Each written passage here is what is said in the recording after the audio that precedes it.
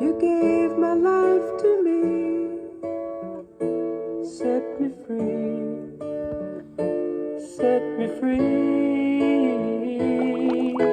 The finest years I ever lived. We go from a baptism controversy where, and I love the way Eugene Peterson puts it in the message, that the Pharisees are making a public tally of who's getting more baptisms. Yeah. And of course, John is totally cool about it. He goes, "Yeah, I actually want Jesus to have more. That's why I'm here."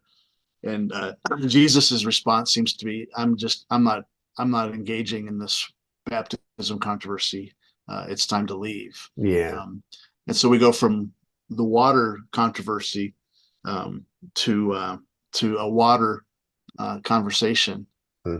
And Jesus says he's got living water as opposed to Jacob's well water. What is living water, right? Like what is that, right? I think it's a way of Jesus like setting the expectations and really a greater than, right? Like the writer of Hebrews down the line um does this brilliant job of like portraying the fact that Jesus is the greater than high priest, the greater than sacrifice, the greater than subversive. It's not overt, it's covert. He's not saying, "Hey, I'm greater than Jacob." Yeah, But if you listen to what's being said, that's what he's saying. It's yeah, like, hey, yeah, you guys think this is really special because Jacob dug this well. Well, let me tell you something. The thing that I bring is more significant than the thing that Jacob brought. I noticed there's a contrast a lot in John between running water, water that moves, that is a verb, has action associated with it, versus water that doesn't. Last week we talked about the birth from above, Mm-hmm. and of course that conversation he has with Nicodemus also involves water because he's talking about the Holy Spirit and water. And I can't help but wonder if John's description of Jesus's baptism and contrasting Jesus being baptized, baptizing people in the Holy Spirit. Yeah. And if that's the Spirit and the water and Spirit thing, that it seems like Jesus is constantly referring back to the baptism event for him, because that was a big deal. That's when the Spirit comes for Yeah. Jesus. Yeah. And, you think, well, certainly Jesus always had the Spirit, but on some level, he did not have the Spirit until he got baptized. He's telling John, let's do this because it's the right thing to do for people to see. The person who didn't need cleansing gets baptized. The person that you think has the Spirit gets the Spirit. But one way or another, it seemed to be a very significant event for Jesus. And one thing that hit me is if the connection between Spirit and water, something coming down connected to a baptism event, uh, can be, it seems to be being repeated again and again and again. Yeah. And later on, he talks about how to worship in spirit and in truth, Yeah. with their theological debate about the appropriate place to worship, a culture war. Mm-hmm. You Yeah. stuck up Jews think it's in Jerusalem, but we Samaritans know that it's next to this well and next to this mountain. And but Jesus saying actually connected to water, um, it's the water and the Spirit again. Mm-hmm. And there's a new way to worship, and even Jesus thinking this new way to live. My life, my ministry started when the Spirit came while I was in the water, Yeah. and now He's giving the Spirit connected to the water. And Jesus constantly seems to be going back to His own baptism. I think that's really, Like I that think was a that's big. really good. I think that's really good. And I think the imagery of water, he uses in the conversation with Nicodemus, he uses wind as well. It's like if you think about just the, I guess, molecular nature of those two things, right? Like they're water and they're wind, and Mm-hmm.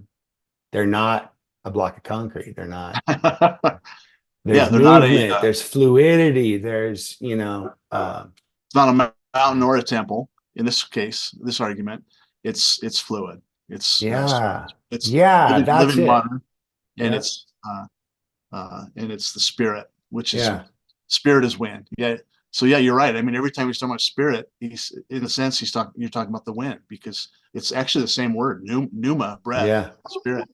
And Yeah. that's something we miss in the translation. So every time Jesus is saying wind, he's saying breath, or spirit. So he's promising her that if she drinks the water that he's talking about, whatever he's talking about, that it's gonna not only satisfy her, but it's gonna be like a spring welling up Mhm. out of her. Mhm. Um, She becomes a walking Jacob's well. yeah, the difference being you don't have to bring a bucket and lower it in and pull it out. Mhm. It just Mhm. gushes, Mhm. which is kind of, living water is different than stagnant water because it's moving on its own. It's gushing out, and it sounds pretty good to her. And so she's like, "Give me some." And then it seems, for me at least, on my first reading, it seems like he gets kind of mean. Like, okay, you want this? We'll go get your husband then. Yeah, and in her story, as in her life experience, but I would love to like back up just for a second. Yeah. As we're talking about the modality of Jesus and how he engages this woman before he gets there, the first thing he does is he engages her with his need and with his vulnerability. He asks her for a drink of water, and I think there's something for us in how we, going back to that, like how do we engage the world around us? I think I think there's a modality that we can pick up there of how do we enter into conversations with people? How do we enter into conversations as we're out and about in the workplace, in the marketplace? Because I think it's not even so much Christianity that's conditioned us to be the experts. I think it's everything, right? But that's not how Jesus starts the conversation. He doesn't begin it by offering her living water. He could have. It's like, hey, I notice you're pulling water from the well. Let me tell you something. I got living water for you. That's not how he engages her first. He engages her first from a position of vulnerability and lack, really. He leans into his lack. And I would be mad